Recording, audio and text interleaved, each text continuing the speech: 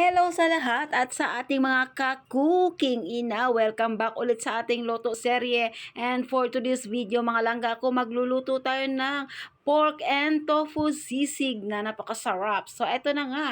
Wala nang patumpik-tumpik pa, simulan na natin dahil ang ating tofu ay naiprito na natin at nahiwa ng maliliit.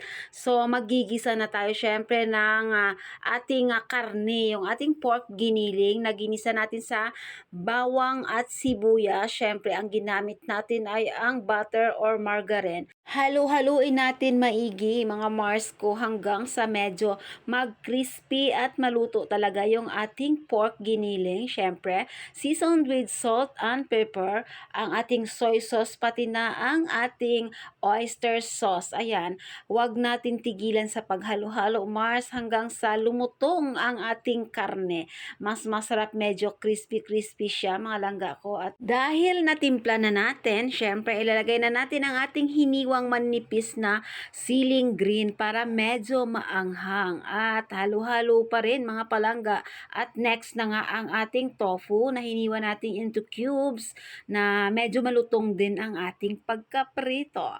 Ayan, halo-halo lang natin maigi yan mga palangga ko at medyo nagtutong-tutong na nga siya dyan sa ating kawali dahil wala naman tayong sizzling plate. So, eto na lang ang ating remedyo. Makagawa lang tayo ng masarap na pork and tofu sisig. Ayun. So, next, dahil natimplahan na natin mga palangga ko, of course, ang ating mayonnaise na siyang nagbibigay ng linamnam. Ayan, halo-halo pa rin at hanggang sa magpantay-pantay lahat ng mga ingredients at ang lasa niya dyan sa ating tofu at ang ating karning giniling.